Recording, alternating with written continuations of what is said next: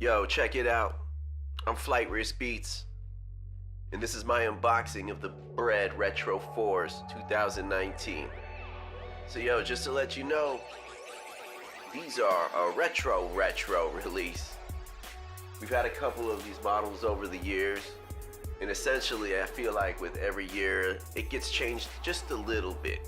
Fortunately, I was alive to see the very first release of this shoe back in 1989. I remember my friends all had them.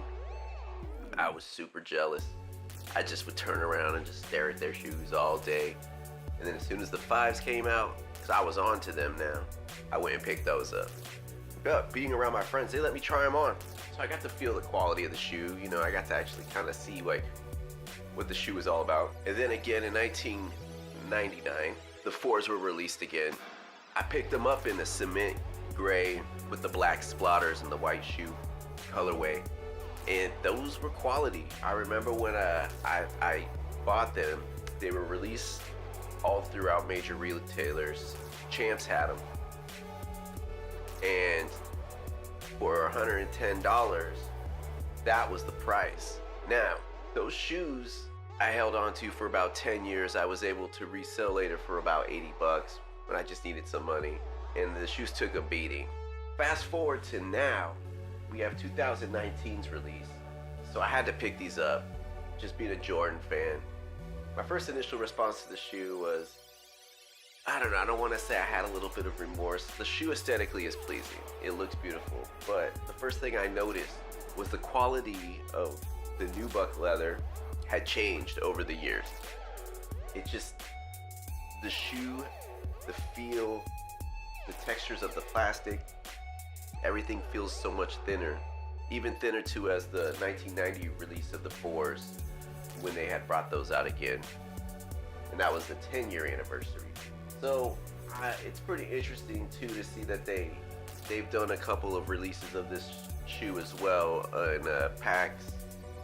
And they even had one in 2012 with the little Jumpman logo on the back.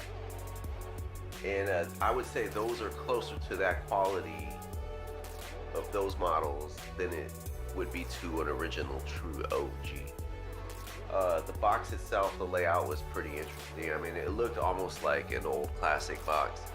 However, one thing I do remember that's missing from those boxes is the little 1-800 number that you can call to get the brochure or the product line of the shoes.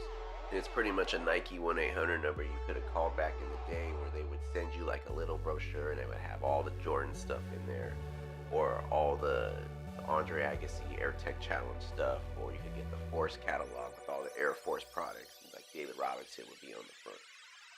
So, you know, all in all, the shoes are good. I mean, I'm not holding on to them for a quick release. Maybe in a year or so, let them pick up a little value. I might resell them, pick up some other shoes, depending on the quality.